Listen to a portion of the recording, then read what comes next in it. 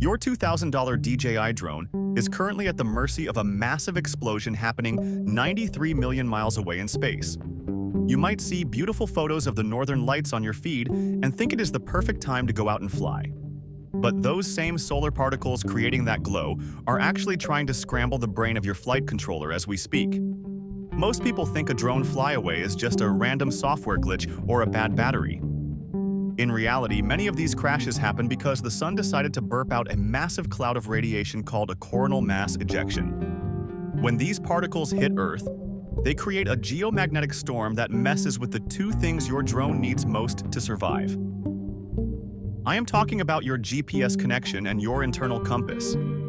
Think about how your drone actually stays still in the sky when you let go of the sticks. It is constantly talking to dozens of satellites and measuring the time it takes for a signal to travel from space to your antenna.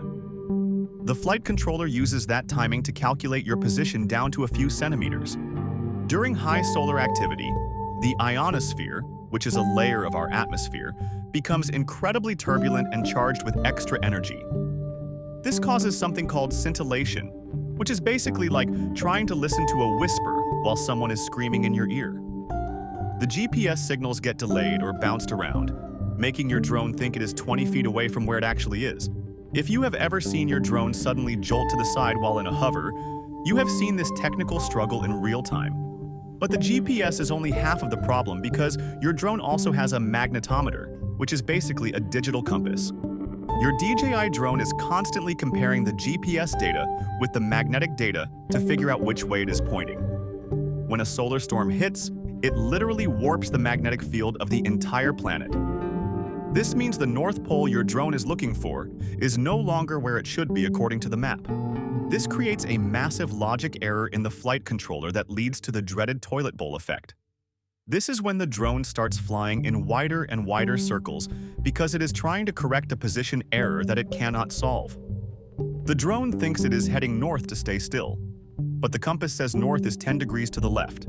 The flight controller panics and starts fighting itself, and before you know it, your drone is sprinting toward a tree at 40 miles per hour.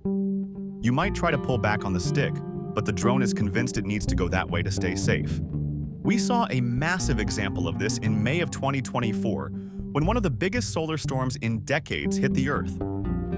Experienced pilots were reporting that their drones were losing satellite lock even in wide-open fields with no trees around. Some professional pilots even reported their return-to-home feature landing the drone 50 feet away from the takeoff point.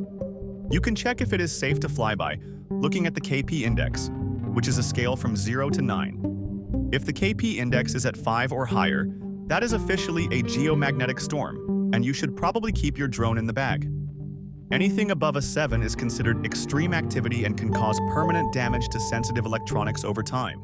It is not just about the drone crashing either, because the radio link between your remote and the aircraft can also suffer. While 2.4 GHz and 5.8 GHz are usually okay, the increased noise in the atmosphere can drastically reduce your maximum range.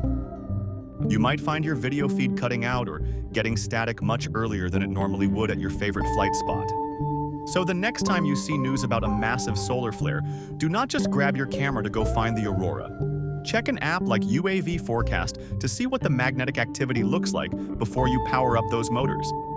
It is much better to wait a few days for the sun to calm down than to watch your drone fly into the sunset on its own.